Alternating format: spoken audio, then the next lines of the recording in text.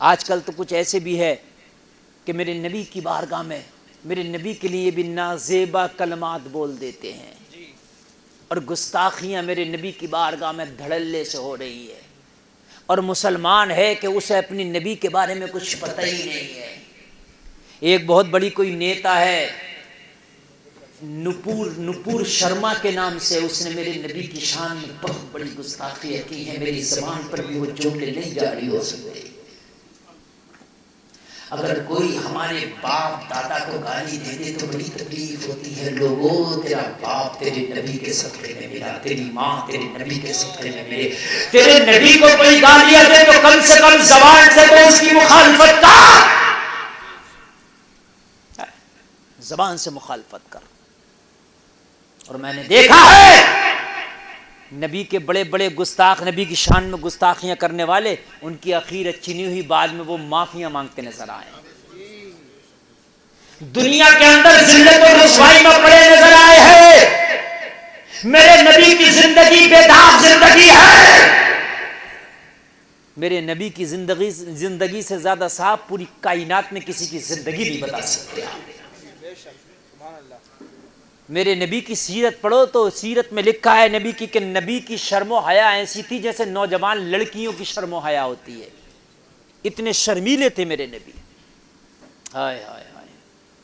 اور آج کل کی یہ ترٹکے کے انسان جو منہ میں آتا میرے نبی کے بارے میں بکواس کرتے، یہ بھی ہمارا ایمان کمزور ہے۔ خدا کی قسم کسی بھی مذہب والے کو لے لو یا کوئی بھی مذہب ہو، اس کے مذہب کے پیشوا کو اگر برا کہہ دو تو وہ پھر جو ہے جان دینے میں تیار ہو جاتے ہیں۔ لوگ ہم ہیں، ہمارے پیشوا کو برا کیا کہا جاتا، ہمیں پتہ بھی نہیں، ہم انہیں کے ساتھ دوستیاں رکھتے ہوتے ہیں، ہنسی مذاق کرتے ہوتے ہیں۔ لوگوں کان کھول کر سنو، تیرا سب سے بڑا پیشوا تیرا نبی آمینہ کا لال محمد رسول اللہ ہے۔ اگر ان کی کوئی مخالفت کرتا ہے تو کچھ بھی نہ ہو سکے تو زبان سے اس کی مخالفت کر دے، یہ تیرے نبی کی محبت ہے۔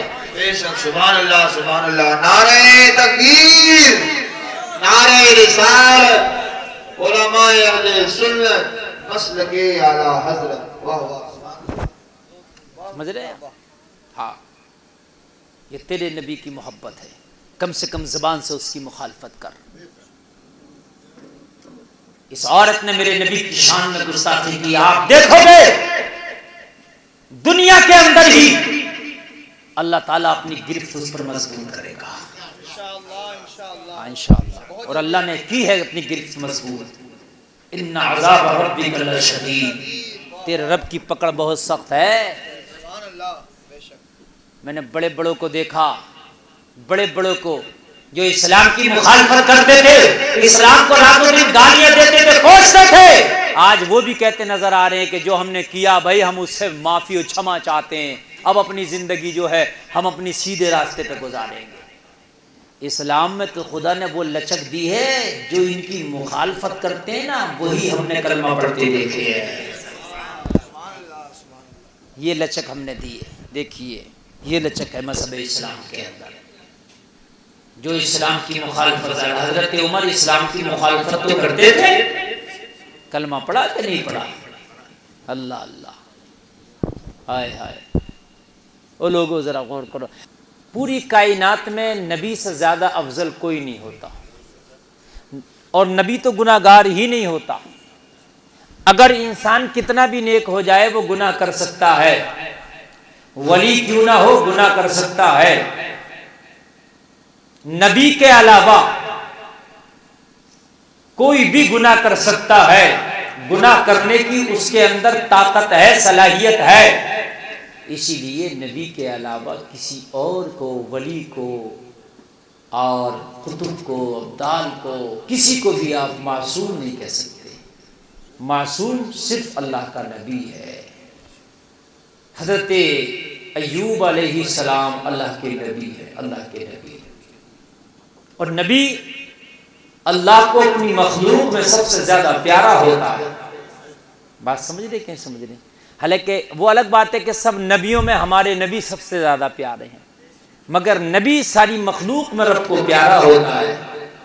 مگر معلوم ہے آپ نبیوں کی تاریخ پڑھیں گے، نبیوں کی سیرت پڑھیں گے تو آپ کو پتہ چلے گا کہ دنیا میں شاید سب سے زیادہ تکلیفیں اگر اٹھائی ہیں اور آئی ہیں تو انبیاء کرام کے اوپر آئی ہیں. آپ پڑھ کے دیکھیے، آپ حضرت یوسف کو پڑھیں، آپ جیسی تکلیف حضرت یوسف کو آئیں اور سب حکم الہی تھا، مشیت الہی تھی، رب کی مرضی تھی، ایسی تکلیف شاید ہم اور آپ برداشت بھی نہ کر سکیں. حضرت یوسف کو تو اندھے کنویں میں ڈال دیا گیا، حضرت یوسف علیہ السلام کو باپ سے جدا کر دیا گیا، اور یہیں پر نہیں 12 سال تک حضرت یوسف کو قید میں ڈال دیا گیا. کبھی غلام بنا کے مصر کے بازار میں بیچا گیا، تو کبھی حضرت یوسف کے اوپر پاک دامن یوسف کے اوپر تہمت لگائی گئی. کیا نہیں ہوا؟ ہمارے اوپر اگر ذرا سی تکلیف آتی ہے تو ہم شکوے کر بیٹھتے ہیں، مولا ہم تو تیرا نیک کام بھی کرتے ہیں، نماز بھی پڑھتے ہیں، روزہ بھی رکھتے ہیں، عبادت بھی کرتے ہیں، ہم ہی کو تکلیف کیوں؟ فلانا تو ایک ٹائم کی نماز بھی نہیں پڑھتا، وہ تو بڑا اٹا کٹا، وہ تو خوب مزے لے رہا، وہ تو خوب آرام کی زندگی گزار رہا. اور لوگوں تمہیں پتہ نہیں کبھی کبھی اللہ اپنے نیک بندوں پر بھی آزمائش ڈالتا ہے. اس سے آپ کبھی بھی منہ نہ موڑنا، اس کا شکر ادا کرنا ہر حال میں. انبیاء کرام سے زیادہ نیک تو آپ اور ہم نہیں ہو سکتے نا، وہ تو معصوم ہوتے ہیں. ہم تو ان کے قدموں کی دھول اور جو اس سے ذرے لگتے ہیں نا، ان ذروں کا جو کروڑواں حصہ ہے نا، اس کے برابر بھی دنیا کا سب سے بڑا نیک نہیں ہو سکتا. اب آپ سمجھ لیجئے. لیکن انبیاء کی زندگی آپ پڑھیں گے تو آپ کو پتا چلے گا. ہائے ہائے ہائے، غور کیجئے ذرا. حضرت یونس علیہ السلام کو 40 دن تک مچھلی نگلی تو اپنے پیٹ میں رکھی رہی. ذرا غور کیجئے، 40 دن. یہ ہے انبیاء کرام کی آزمائش، یہ ہے انبیاء کرام کی زندگی.